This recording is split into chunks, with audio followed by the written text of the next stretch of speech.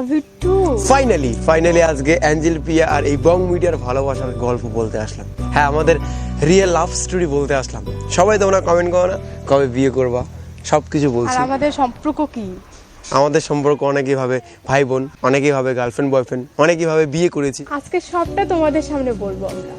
আর আমি অ্যাঞ্জেল প্রিয়ার কাছে আজকে একটা জিনিস চাইবো, কোনোদিন চাইনি, ভিডিওতেই চাইবো, অন ক্যামেরায় চাইবো।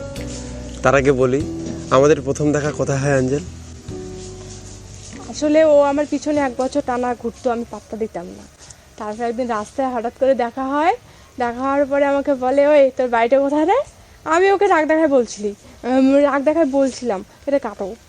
না কাটবো না, বলো না, ন্যাচারাল ভিডিও গাইস, তোমরা দেখো, বলো রিয়েলটাই তুলে ধরতে হবে। না না, ও আমাকে বলছিল, আমি তারপর ওকে রিপ্লাই করছিলাম যে তোকে কেন বলবো রে? ও সাথে সাথে স্কুলে ঘুরে চলে গেছে।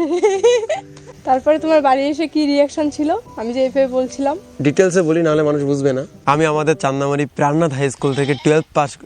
ছাগল ম্যা, হোয়াট ইজ দিস? ছাগল ম্যা করে। আমি আমাদের চান্দামারি প্রাণনাথ হাই স্কুল থেকে 12th পাস করি। 12th পাস করার পরে কোচবিহার ডিএলএড কলেজে চান্স পাই। কেননা 12th পাস যে করি, মোটামুটি ভালো রেজাল্টে করি, স্কুলটা ভালো হয় আর কি। আমি ভালো একটা কলেজে চান্স পাই, সেই কলেজের নাম কোচবিহার ডায়েট কলেজ। সেই সময়টা যখন আমি আমার গ্রাম থেকে কলেজে যাই, মানে হোস্টেলে ছিলাম, হোস্টেলে যাই, আর যাওয়া আসা খুব হয়েছিল। আমার বাড়ির থেকে চিল্কিহাট পার হয়ে কোচবিহার যেতে হতো। কোচবিহার আমাদের টাউন। সো চিল্কিহাটে আমি একটা পরীকে দেখতে পাই, যার নাম অ্যাঞ্জেল প্রিয়া। অবশ্য আর একটা নাম বললে ভুল হবে না, নাগিন। জাস্ট দেখেছিলাম, ভালো লেগেছে। অ্যান্ড দেন তারপরে আর অনেক দিন দেখিনি। সেই রাস্তা দিয়ে রোজ যাতায়াত করি। মাসে যদি 2 বার যাতায়াত করতাম, তখন আমি 4 বার যাতায়াত করি, তাও ওকে দেখিনি। তারপরে একটা লো ডাউন শেয়ার মার্কেট চলে, অত ইচ্ছে থাকে না যে আরেকবার দেখবো মেয়েটারে। হঠাৎ করে আরেকদিন দেখতে পাই, আর সেই সময়টা হচ্ছে আমার ব্রেকআপ হয়। আর ব্রেকআপের পরে কীরকম সিচুয়েশন থাকে সবাই জানো, আলাদা রকম একটা ডিপ্রেশনে চলে যাই। অনেক বন্ধু বান্ধব তখন বুঝিয়েছিল, আর ব্রেকআপের সময়টা ভাই বন্ধু খুব দরকার। সেই অবস্থায় বন্ধু বান্ধব এরকম ছিল, কেউ বিড়ি খেতে বলছে, কেউ বারণ করেছে, কেউ বুঝিয়েছে। তার মধ্যে একটা বন্ধু আমার বেস্ট ফ্রেন্ড ছিল, নাম নতুন করে বলবো না। সেই বন্ধুটার সঙ্গে কন্ট্রোভার্সি একটু হয়েছে। সে আমাকে বোঝায় যে আর একটা রিলেশনে যা। আমি সত্যি বলতে খুব খারাপ পরিস্থিতিতে ছিলাম, তো রিলেশনে কোনোদিন যেতে চাইনি, একদমই চাইনি। আর একে যেহেতু দেখেছিলাম, দেন এর সঙ্গে হঠাৎ একদিন কথা হয়। কীভাবে কথা হয়? আমি আসতেছিলাম কলেজ থেকে, তখন ও স্কুলে চালাচ্ছিলো, এরকম টাইপের কিছু 3 জন মেয়ে আর কি ছিল। অ্যান্ড দেন আমি ওর ওখানে যাই, গিয়ে ডিরেক্ট বলি যে এই তোর বাড়ি কইরে। কারণ আমি ততদিন পর্যন্ত না ওর নাম জানতাম, না ওর বাড়ি জানতাম, না কোন দেশ থেকে আসে, না কোন শিয়ালে খাল থেকে বেরোয়েছে, আমি জানতাম না। সত্যি লাপাতা ছিল ওর অ্যাড্রেস, ওর নাম। অ্যান্ড দেন ওই জন্য জিজ্ঞাসা করি, তো ও আমাকে অ্যান্সারটা দেয়, তোকে কেন বল পড়ে প্রথমে যেটা। আমি তো এইভাবে বলি না, আমি বলছি ওই বলছো তুমি, তোমার মতো করে তার বলে নি, তোকে কেন বলবো রে? কেন করে বলছো, কেমন করে বলছো বলো? আমি বলছিলাম তোকে কেন বলবো রে, এইভাবে বলছিলাম। আর তুমি ওইভাবে বলো না, তুমি টেনশন ভাবে কইছো তোকে কেন বলবো রে। তুমি জানো সেই অবস্থায় আমি 80,000 90,000 এত টাকা ইনকাম করতাম। বংমিডিয়া চ্যানেল ছিল না তখন, আমার একটা টেকনিক্যাল চ্যানেল ছিল। সেইখানে আমি ইনকাম করতাম কীভাবে বলো তো, ব্র্যান্ড মার্কেটিং করে। আজকাল দেখবে বিভিন্ন ইউটিউবার বলবে এই ভিডিওটা এই অ্যাপের দ্বারা পাওয়ার্ড বাই এই অ্যাপ, এত ইনকাম করে, এ করো সে করো, বিভিন্ন অ্যাপের প্রমোশন করে না ইউটিউবাররা। তো সেই সব প্রমোশন আমি দিতাম ইউটিউবারদের, সেখান থেকে ভালো একটা ইনকাম আসতো। আর তখন বিশ্বাস করো অনেক মেয়ে পাগল ছিল আমার জন্য।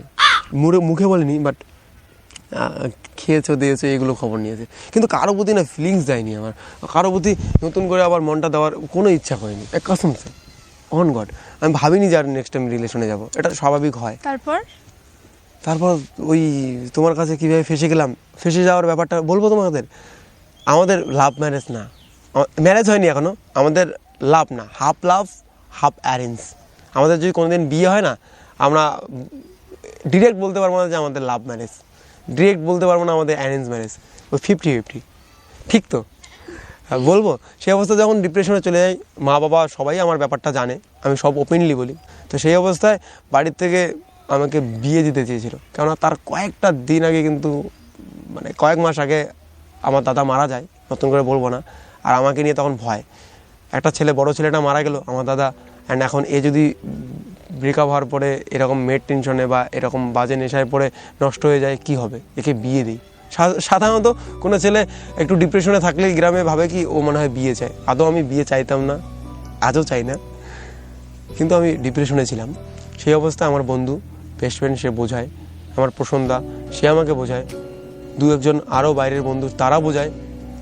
আর এরপরে এর সাথে যখন কথা হয়, একদিন এর বাইরের লোক দেখে ফেলে বাজারে আমরা কথা বলি।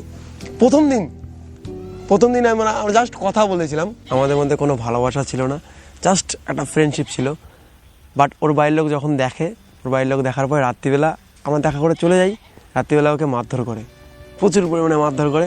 ও আমাকে ফোন করে বলে আমাকে মারধর করতেছে, আমাকে বাঁচাও, কি করব কি না করব এরকম।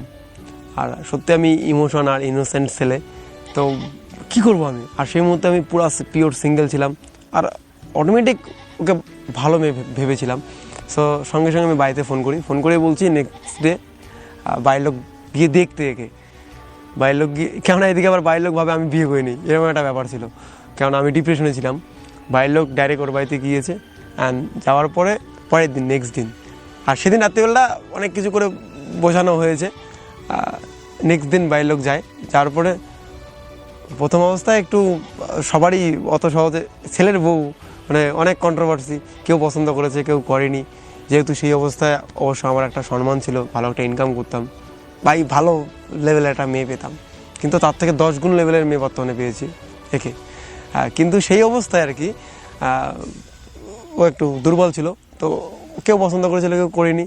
কিন্তু তারপরেও আমি, যেহেতু ও কান্নাকাটি করতেছিল, ওর ভালোর জন্য আমি ওকে অ্যাকসেপ্ট করিনি, বাড়িতে বোঝাই, যাও কথা দিয়ে দাও,